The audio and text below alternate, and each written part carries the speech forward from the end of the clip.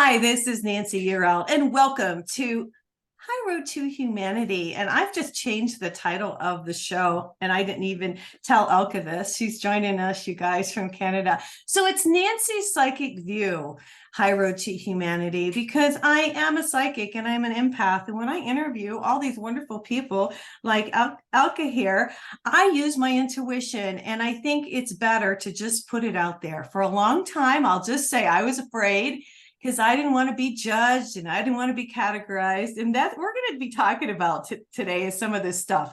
She has a cool book out. It's called Anxiety Warrior. Do you have a copy that you can hold up and show the audience on the YouTube channel? It's a cool cover, I have to tell you. You guys, if you're listening on the podcast, you're going to have to check it out. It's the figure on the front cover does have angel wings. So that hits home with me a big time. And it is the Anxiety Warrior pose, the yoga pose. The yoga. Okay, there you go. Very good. Very good. Well, let me give you guys a little information, and welcome to High Road to Humanity officially, Elke. Thank you. You're welcome. So she is a registered psychotherapist, you guys. She's an internationally registered Expressive Art Consultant and Educator. She's an internationally certified EMDR Therapist. She's a well-known author of third edition Loving Your Life, containing over 40 creative exercises as an ebook and a paperback. You know, she is also affiliated author for Project Happiness. Oh, I love this. Her work includes creative anti-anxiety wellness kits for employees, youth at risk, and seniors in managing anxiety and depression. And there's a lot of people with anxiety and depression, you guys. So over 35 years, Elke has helped people, and she's has her own private therapy practice. She's in Muskoka, is that correct? Muskoka, yes. Muskoka, Ontario. Ontario, that's where she's at, you guys. And I'm just really glad you're here because, you know, and as I was reading your stuff, and I want you to tell your story because I'm wondering, you know, how this all came about, how you got into this work. But the first thing I thought of was when we come into this world as babies, we don't have any anxiety. So what happens? I mean, how does all of this come about? I know you've researched this. Tell us, Elke, how did this come about, and how did you get into this work? Well, and it's interesting when you said that, but some of us do come in with anxiety as babies. Another lifetime? well, yes and no. That can be a whole other discussion about generational trauma for sure. Yeah. And I'm sure that's in my mix somewhere. However, what happens is some of us are born highly sensitive, about 20 to 25%. And that was, I want to say that term or character trait was coined in the 80s. So kind of a newish term, but not so new term. And it is a double-edged sword and it helps us to be empathic. It helps us to be intuitive. However, we are prone to anxiety and depression, unfortunately, is the other kind of downside, because we do have a tendency to absorb other people's energy, which is not positive, right? So that's kind of a good answer. Well, you know, and I can only speak for myself, and I talk about being an empath, and you're an empath as well. Is that right? Is that what you got into figuring some of this out, because you were empathic and you were picking up other people's energy? Well, the way I got into it was actually happenstance, because I, as a child, I had migraines, flu symptoms. We didn't talk about anxiety. We didn't talk about, we just said, oh, you know, my dad thought I was faking it. My mom kind of let me, you know, if I was having a headache or feeling sick in my stomach, she would attend to me. And then as a teenager, I stuttered. I still do sometimes a little bit, and that's a very mild dyslexia. And then in my 20s, I felt like I was hiding this big secret. I felt like, I had this mask in front of me. Yet internally, I was struggling and suffering, and I write about that in my book. And I would sometimes be on the beach in a fetal position, just trying to calm myself. And I thought something was seriously wrong with me. And so then in my mid 30s, so it was that late, I was actually reading a book on someone else's behalf. And it was about anxiety. And I went, my gosh, this is what I have. And I went to my doctor and I said to her, I have anxiety. I'm not sleeping. And she said, I know, I've been just waiting for you. Oh my goodness, for you to recognize it. I guess people around me knew I didn't know. So anxiety, it can be very debilitating. Yeah. When it stops you from thriving, when it stops you from sleeping or living your dreams, it's terrible. It's terrible feeling for sure. And it comes in so many um, symptoms. And what's so mysterious about it, and this is, you asked what started this journey. The mystery was why was it over in 2 seconds, and why on another day it would last all day, or it would last the morning, and I'd be like paralyzed. And so there was this mystery that and the way my brain goes, it's very practical and it wants to know and have answers. So I would watch, my own mind and kind of go, okay, what's changing my mind? What's affecting me? And I came up with this list of 11 different areas. I And that's why, know. well, my clients that come in, Yeah. and that was the other thing, is they come in and we would build this resource page. I have it. It was the beginning of the book, was this resource page. Yeah. And we would talk about one of the easier ones is substance. Right. So coffee, cigarettes, alcohol, these things that sugar, right, that stimulate us, they add to the anxiety. Yeah, And because I'm a so big coffee person. And I will say this, I don't want to interrupt your train of thought, but here in go for it. here in the United States, and I don't know if this is happening in Canada or not, but we have a pot store on every corner, meaning they sell marijuana here everywhere. And for people who have anxiety, and I'll just say this, it does calm you down. But it's kind of like, again, it's I don't know, it's better than alcohol, I think. But a lot of people, and I see so many, I mean, I drive by and I see older people, I see younger people. I think people are just so stressed out. I bring this up because, is it going on there too? Absolutely, Nancy. I'm in a very tiny town, so we Right. have only 16,000, not a big population, and Sure. we probably have 7 cannabis stores. Because people More are stressed stores out. than, more than coffee shops. I mean, Yeah. it's so nothing against cannabis. Right. I'm for However, people who need it. Yeah. well, it's a Band-Aid. And Yeah. so what happens is anxiety, and some people think, oh, I don't have anxiety. We all do. It's a human condition. We have it in different levels. It shows up differently for everybody. Mhm. And the other thing is, it's so varied that, some people say, oh, no, that's just stress. If you're hair pulling or being OCD or nail biting, and people will think, oh, no, that's just a stress response. Well, is it stress or is it anxiety? It doesn't matter. It's an unpleasant feeling. And it's anxiety. We think it's the stomach, like the typical butterflies, or we think about the heart palpitations, or some people have panic attacks and their heart hurts. Those are kind of, maybe if we want to call typical, but shows up so many different ways, either overeating, undereating. I mean, it's like, really? I That's what know. I makes know. Well, I wrote the 11 down. Do you want me to say what they are? Should I tell the audience? Sure, go for it. Okay. Yep. I Go won't for go it. too much in depth, but I'll, okay. Just please, The you can first one, stop me. Yeah, go yeah, for it.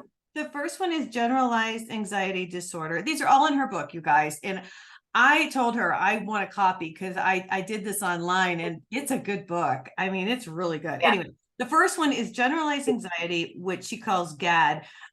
She says it affects 10 million, tens of millions of people. And this is like fatigue, difficulty concentrating, focus. But I got to say something as I went through this, and I'll just ask you because you're a doctor. There's a lot of us that are type A. And I can remember them telling my mom in school, oh, she's ADD. And like my daughter says, oh, she's ADD. Well, I think we were just high energy. Now, looking back, we don't take, I mean, we have to take that into consideration because you're high energy. You're an empath. Yes. So, I mean, but you got to take that into consideration because people like you and I'll just say this really quickly, I feel like there's more empaths on the planet than there ever were before. I hope so. I hope so. Well, I think so, because I think we're here to help raise the vibration, and that's the spiritual part of this. But anyway, so number 3 on her thing is panic disorder. A lot of people panic and when they have to go to a job interview or something like that. Agoraphobia, and this is the fear of going out in public. Now, I'll just say personally, I don't like big crowds. A lot of people, when I was a kid, I was okay. I didn't realize probably, but I think crowds are really harsh on a lot of people. Don't you agree? It can be. Yeah, the energy and you know what's so interesting is and there is strategies again in the book, and if we have time, I'm happy to share them. Yeah, please.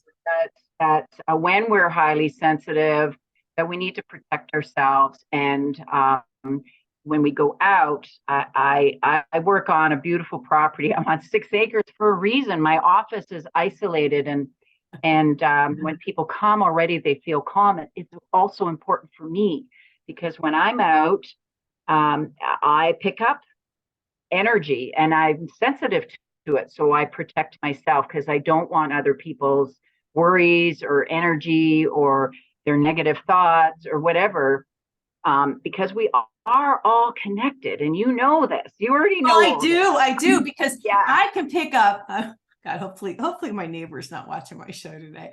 But I've got kind of a crazy neighbor, and I do everything I can, but I pick up her energy, and I don't want to. And I even have a bagua up. And if you guys don't know what that is, you'll have to look it up. But somebody told me, and I want to ask you this, and I hopefully I'm pronouncing this right. There is a homeopathic. Is it Ophelia? What is it that you can take that calms you down for anxiety? Ooh, I don't know about a homeopathic one. I'll get it when we're done with the show. I ordered some because I have high anxiety. It's exactly what you're talking about, because you're on 6 acres because you can't handle this energy. It's too much. No, and you know what happens is what's so lovely is I get the energy from the calming of my pond. I get the energy from my plants and the trees. And it also works for my clients because they have a little drive out here. I'm not too far out.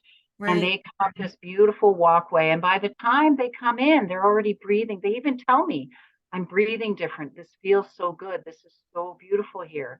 I've done that by design. And also for me, right? It's for them and for me. And absolutely. And I think what's happened, Nancy, is generally our society has gotten at such a fast pace. We have generally gotten out of touch of each other. Yes. We've gotten disconnected from each other, and we need to stay connected. And it's interesting, even though you've got your neighbor, you're still sensing that neighbor. Doesn't mean you have to connect and absorb her. However, you understand that she's struggling somehow. So yes, and you have empathy, I don't want to interrupt your thought, but my thought is empathy. Like I've learned, it's taken me years. And now I send out love and light, and I send out good energy to help the neighborhood, to help the world, to help everything. Anyway, I love having you on today. You and I could talk for a long time. Well, Yes, we can. yeah, her book is so cool, you guys. You have all this stuff, fear of going out to public, phobias, fear of a specific thing, like somebody, I don't know, maybe people are afraid of the dark or whatever. Post-traumatic stress. There's a lot of people with PTSD, especially today, because there's so much crime and murder. I hate to even talk about this and put that intention out there, but there is. Obsessive compulsive disorder, OCD. That's another way that people are full of anxiety. So they have obsessions. And, I'm just going to say this, and you talk about it in your book. It's about thought patterns. And we have to, and I'm so glad, like, everybody's figuring this out, because I interview a lot of people and people are starting to realize. And so it's helped me and it's helped my audience, because, and I want you to address it real quick, if you will, before I go on. We have to change, we have to reprogram. Yes. What our teacher or our parent or our spouse or somebody who didn't like us. Talk about this for a second, would you? Absolutely. And here's an interesting thing. Sometimes it's good to understand where this came from. These thought patterns, I want to call them cultural beliefs and social beliefs. So, stepping back 2,000 years or 100,000 years, when we had our tribes and our pods, why was it so important that as babies, so from baby to age 6, we absorb everything? Why, as babies, did we need to quickly absorb the belief systems of our tribe? Why? There's a number one reason as to why that's so important. I'll give you a guess. Okay. You want to guess? No, tell me. Well, it's survival. So if we did not adopt the tribe, if we did not adopt the belief systems in the tribe, so it doesn't mean they're wrong or they're right or anything. We needed to belong. Otherwise, we would die. So that's still in our old brain. We still have that reptilian brain. So now what happens is we have a culture. And so, in the 70s, we blamed our parents. It's not just the parents. So it's, generational beliefs. It is from the teachers, the schools, the churches, the store owner. I have people coming in and somebody said something to them that got locked in when they were 8 years old. And it's stuck in their head in a place over and over and over and over. It got locked in, or maybe it was a neighbor, or it could have been a relative. It doesn't matter. But what happens though, these beliefs, and there's a lovely little word in belief, it's a lie. Our brain, this is a brain thing, our brain thinks it's true. Right. So let's say we grab belief that one of them is, we have to work hard for a living. That's a very common belief. And so our brain locked that in, and then it does this scanning thing. So we scan, and when the experience locks into the belief, it goes, oh, see, it's true. And then, as years go by, another one. Yeah. And so that gets stronger and stronger. Then by the time we're adults, actually even late teens, we already believe these things. So we believe things like, I make bad choices. We believe things like, money is the root of all evil. These are old, but they're ones that people hear. Boys don't cry. That's a belief system. It's ugly to be angry. That's a belief. They're all belief systems. They come from all over. So what we've got to do, and you call them patterns. These are in her book, by the way. I want to say these are all in your book, because I saw. Yeah. So I'll so what we want to do is recognize them, and it doesn't mean it's right or wrong. We just need to. So anytime you feel like, so here's a hint: feel like you should, feel like you must, just step back and go, whoa, because your body is conflicting. So you have this belief system that goes, oh, I need to be the good daughter. I should really be, doing Thanksgiving dinner. But meanwhile, your body's freaking out because you know. Yes. I want to say that's absolutely true. Because it's like, and I'm going through this, so I'm just going to bring this up. So we're were brought up, like I can remember my mom saying, well, it's their birthday, you need to send a card, you're supposed to call, and you're supposed to send a gift. Those are the three things you're supposed to do. Well, what if you Yep. don't want, what if you don't want to? Then you start to fight with yourself. This is Yep. an example I'm thinking of that really hits home with me. And it's like, no, I don't like this person. No, they're not nice. Why am I buying them a present? Why am I making the phone call? Why am I going to all this trouble? And we start to combat. Will you address? So what do you do? What do you do? Absolutely. So, and this is in the book too, because I talk about self-doubt, second guessing, Yeah, right? So we have this battle and it's exhausting. I know. And I can see my clients go through it. They, I say, stay in your body. What's your body say? Boom, they'll get right into their heads. And it's like, no, what's your body telling What's you? your body telling you? Right? So we can trust our bodies because our bodies know. And you said this too, as like you mentioned, being babies. I've been with me 24/7. You've been with you 24/7. So this isn't cookie cutter stuff. This is about getting to know your own body, getting to know your own reaction. Here's the thing is you still might sit there and go, you know what? I really don't like that person. However, it's going to be less stressful if I do send them the card. Right. So do it anyways, but we're conscious. So there's the difference. And why we're doing it. Right. And we've made a choice. It's not where we're battling. I shoulda, and then we're getting upset. Yeah, I read that in your book. I should have, or I could have. And that really hit home because I think a lot of us do that. Yep. I should do this because we were told when we were growing up that we should do a certain thing. Right. So what I say is sometimes a decision isn't about, winning or feeling great. Sometimes it's feeling less bad. So we have to weigh out and go, well, which one is going to be the less stressful? And you still may follow the belief that the difference again is it's conscious and you've made a choice. Big difference. And then your body relaxes and goes, you know what? I'm going to send the card anyways. I really don't like that person. However, I don't want grief from the rest of the family or whatever is going on. Right. And I'm still going to do it as an act of kindness. And then your body will relax and you don't have that fight anymore. So that the inner fighting is a clue. Well, and I love that you say this, and I've said this for a long time, and God bless you. Your body doesn't lie. That's Your right. body does not lie. So and I always tell people this. So if you get that gut feeling, it's not right, and we question ourselves, it's so terrible. But we need to really go with our gut, go with our intuition. Absolutely. I'm working with a young mom, and bless her soul, she's not trusting herself, and yet she's made some fabulous decisions. Even when husband and nurse said go home, she said no, something's going on, and yet and it all turned out well, everybody, but there was something else going on, and so here's the thing, and I said, but you can trust yourself. You stood up, and you're hardwired to stand up, and you did it. And it all turned out really well. Yeah, you're both sick, but you got better. It's all good. And so we need to trust ourselves. I love what you said.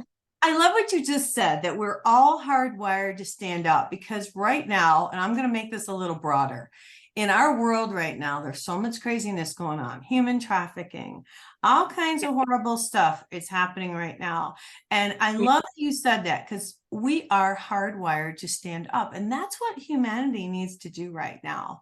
I mean, it's really stand up. And I'm so happy that you said that, because I feel like people are afraid to say anything. Yeah, a lot of people are, and that breaks my heart. Mine too. And I'm just hoping that they get courage. And I agree with you so much that we're here to stand up. We're here to set an example and let people know that it isn't so bad when you do stand up, that it actually turns out very well. Some people don't like it, but that's what a boundary is about. And and that's okay. However, when we stand up, and it is a little scary, it's a little vulnerable, I get it. However, it turns out it's good, right? Yeah. And it's good. Look at the work you're doing, and the passion. This is a passion for me. Mhm. Um, Because it works there's a out. lot of people like you who need help, who just need to understand, what, we're just not taught how things work, how energy works, how the mind works, how the body works, that we're energetic souls. It's just all backwards. And I'm so glad that things are changing. I really am. You talk about triggers, which always makes me laugh because I can remember years ago when people started to realize that different words triggered people. And one of my siblings said something to me like that. Is that one of your triggers? I just thought, oh my God. Think about that, because certain things do remind us. I mean, it could be a smell. It could Yeah. be, anything that could really trigger us. And I've had this happen. I know you have. Well, I want to go back one step back Okay. to, and then I do want to talk about fear. So, one of the things you mentioned was thought. I'm going to emphasize thought patterns. Yes. And I just letting people know that these are just thoughts. So, a thought is just a thought. It has power. However, it doesn't have to have that much power. So, that's really all I wanted to say. It was just a thought. So, throw that in. Well, I'll take it a step further. The reason you're bringing this up, because thoughts do have power and words have power. And so we give them power. So Well, that's the key, yes, is that give them power, and we don't have to. correct. We don't Right. have to give them power. And that's why I wanted to bring it up, and thank you for taking it to the next step, because that makes it more complete. So thank you for that. Yes, yes. And well, no, I'm learning. I'm still learning. I learn every day, I'll tell you what. But Me too. what was the other thing Well, you were going to say? triggers. We're going to talk about triggers. And Nancy, one of the things that I tell my clients is, because I'm sitting in the chair and you can see the certificates behind me, doesn't mean I have it nailed. Yeah, you're still Doesn't working mean on it. I'm done. Yeah. Doesn't mean I'm done growing, done processing. This is a journey, and Yeah. so I'm transparent to my clients. They don't wake up like you every day. It's a practice. It's practice to come and enter the day. So, anyways, back to triggers. And so triggers, that's interesting, because that comes a little bit with a trauma. And so sometimes it's a mild trigger. And if we can stay away from mild triggers, that's okay if it works for you. However, if it's stopping you from thriving, if it's stopping you from living your dream, if it's stopping you for moving forward, then that's when we have to look at it. And sometimes we need help. So if it's a smell, like you were mentioning, or maybe a word, if we can deal with it, okay. If we can't, that's the time to get some help. Right. There's so much in here. We're not gonna have time to go through everything, but I'm gonna hit on a couple more. And then I want to talk about, well, we could do a 2-hour show here on this. I was thinking that as I was writing, because there's so much in We this. can do a part 2. I'm up for that. She's like, we could do it again. Well, no, because there's so much. I mean, self-doubt, low self-esteem, insecurity. And, a lot of us, even myself, we all have doubts, and it's hard, and when we go through things in life and we have to get back up. You talk about perfectionism. I can relate to this one too, wanting everything to be perfect, wanting to be right. I think a lot of people want to be right. And when you get past it, then you start to recognize it in other people. Do you know what I'm talking about? Yep, absolutely. So you address that. You talk about traumas, you talk about highly sensitive people, and I just want to go back to the highly sensitive again, because when children are highly sensitive, I don't think, because of our society, unless these people are spiritual like you and I are, I don't think people even recognize when kids are sensitive, and sometimes they don't want them to be. Do you know what I mean? Absolutely. And here's a thing with children. We in North America send our children to school too early. In Europe, the kids are 7 or 9. I didn't know that. They actually go to school. Oh, Yeah, wow. Switzerland, Norway, they go later. We're still babies from 9 under. We're the longest we're the longest infancy in the mammals. We're babies till we're 9. I didn't know So that. so what happens? Yeah, yeah. So Dr. Charles Pierce talks about it in Magical Child, and it makes so much sense. So what happens though is so kids, we take kids to school, they're 3.5, 4, they have separation anxiety, mothers are crying, babies are crying, and they think that, something's wrong with their child because the child is having a hard time at school. And no, it's not that. They still just want to be with their mothers. And so we have this culture that thinks that, so it's paid for, and we have a culture of where we need dual incomes. We're Right. not supporting new families. We're not supporting new mothers, not the way we should for these important years. And then we think something's wrong with the children. And then, we think the children are misbehaving. And I've heard terrible stories where, the mother is peeling the child off, giving it to the teacher. Both are crying. And I'm thinking, what are we doing? And I've counseled the mothers and say, well, what would you want? What would you really want? I want them to stay home. And I said, well, can you make it happen? And I'm not saying don't send them to school, but maybe it's only half days, or maybe it's a couple of days a week, for the stimulation and the socialization. Right. However,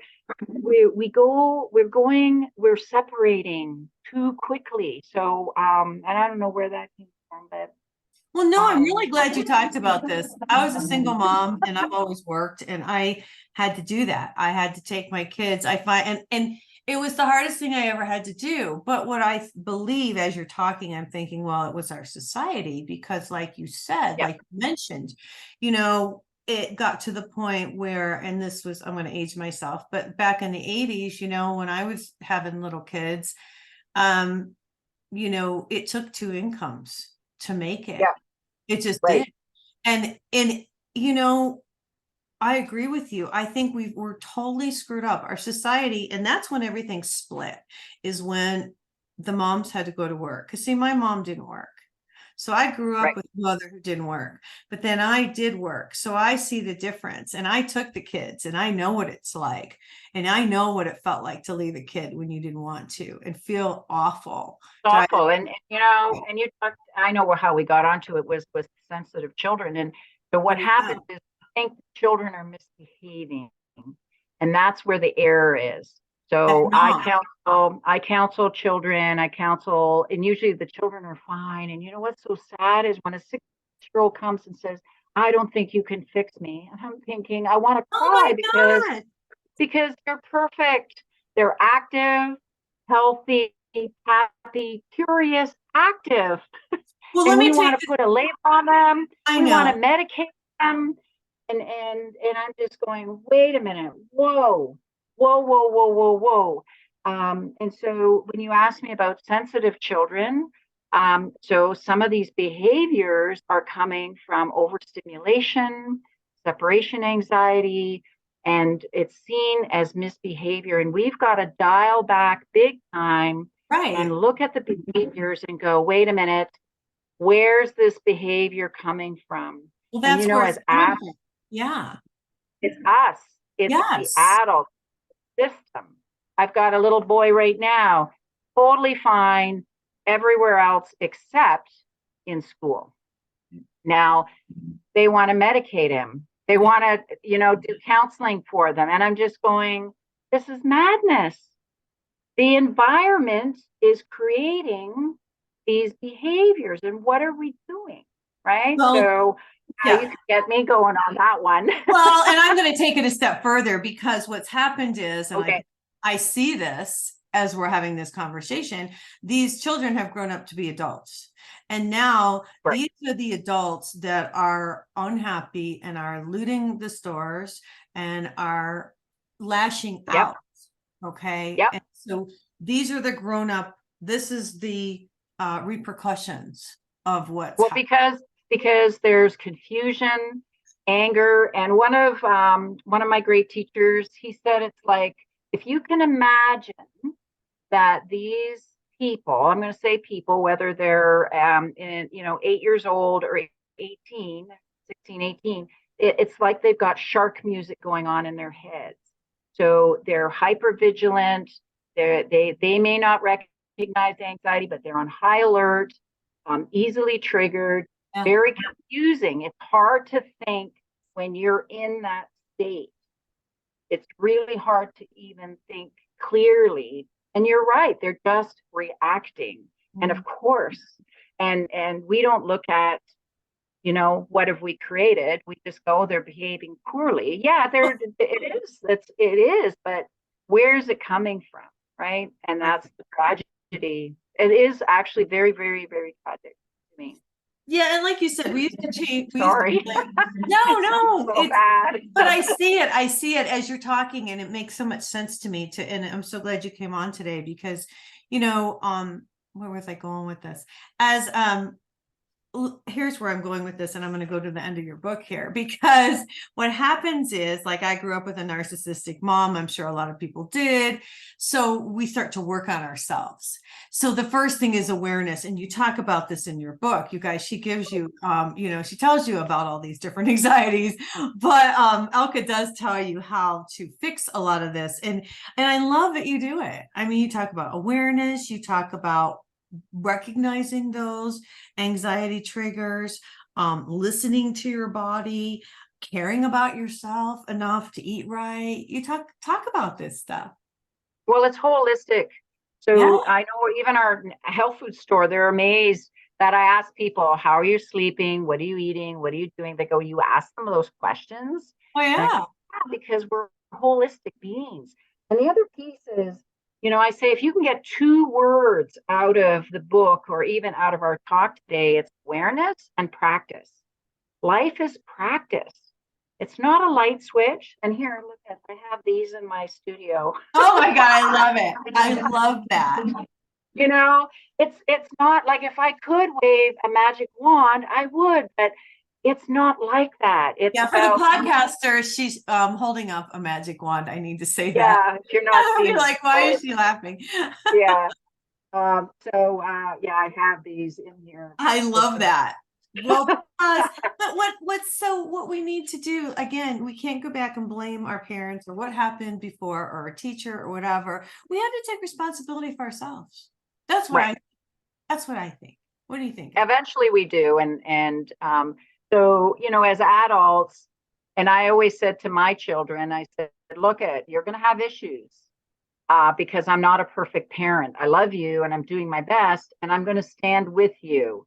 And if you've got something or a question, I will help you work through it because I'm still working through me. And so they have, and it, sure, it's a bumpy road. However, we're good enough parents.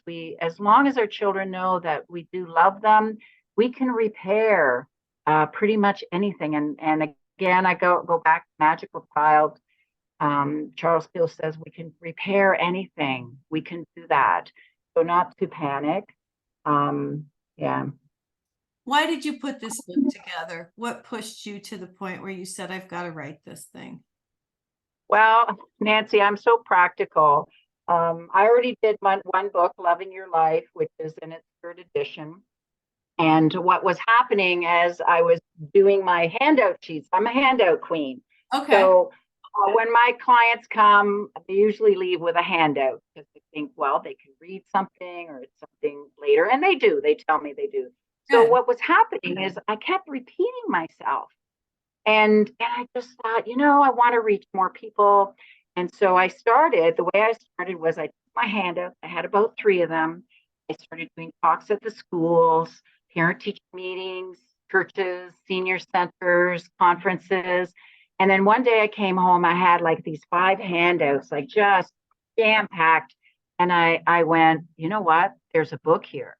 So I phoned my editor and I said, Bob, I think I have another book. And he said, okay, I'm going away. Send me what you got. So right away, I was able to send him 67 pages. Oh my God. And he was like, how did you do this? And I said, I've been doing this for years. I said, it just so, and we got some other authors together because they were experts in finances or connection. So I wanted to pull them into the book. And there's just a ton of resources in there. And that was the other thing. When I went out to do these talks, people were saying, we don't have any resources. Can you give us strategies? And I'm going, sure. And so that was another driving factor, was the strategies weren't there. Right. And Right. I'm so practical. Like my brain goes, if it's not working, dump it. Oh, here's a strategy. It's working. So I want to use that for my client. And I put it, all these strategies that are in the book, you can use with children, yourself. They're successful. That's why I put them in there. They're ones I use. They're ones I provide for my clients. So that's how the book came about. That's fabulous. That's fabulous. So how long's it been out? Because I don't even know. I don't even know either. Forgive me for that. Okay, well, but it's done well, and you've had good 2017, yeah. Yeah. So it's in audio. You can get it on any platform. It's in Kindle version, whatever. You can Google it. I have a website just dedicated to anxiety, and it's called Anxiety. Sorry? What is it called? Yeah, it's anxietywarrior.ca, and it's all free. So you can go on. You don't have to register. There's tons of resources. Our podcast will be on there. You can have access, order the book through there if you want. There's always pages you can read. There's some posters, all kinds of different resources. And so it's there to help people. It's an active service. I put it out. Yeah, you guys, it's anxietywarrior.ca, and that's because you're in Canada. Is that what that is? Yeah, I couldn't get .com. So I've never seen that. Yeah, just make sure you do www. It will come up. Yeah. So yeah, anxietywarrior.ca. Elke Scholtz, you're just a breath of fresh air. Thanks for coming on today. I mean, thank you. All the people you've helped, and gosh, I mean, you helped the audience today. Yes, you're going to have to come back because we'll have more to talk about. What do you think? I love it. And thank you. Thank you, Nancy. Thank you for all your great work. Oh, you're welcome. I really appreciate it. Okay, you guys, the book is called Anxiety Warrior. You're going to have to check it out. She's going to hold it up one more time before we get out of here. It's got a cool cover. I really like it, by Elke Scholtz. All right, you guys. This is High Road to Humanity. This is Nancy Earl. Everybody have a fabulous week, and God bless.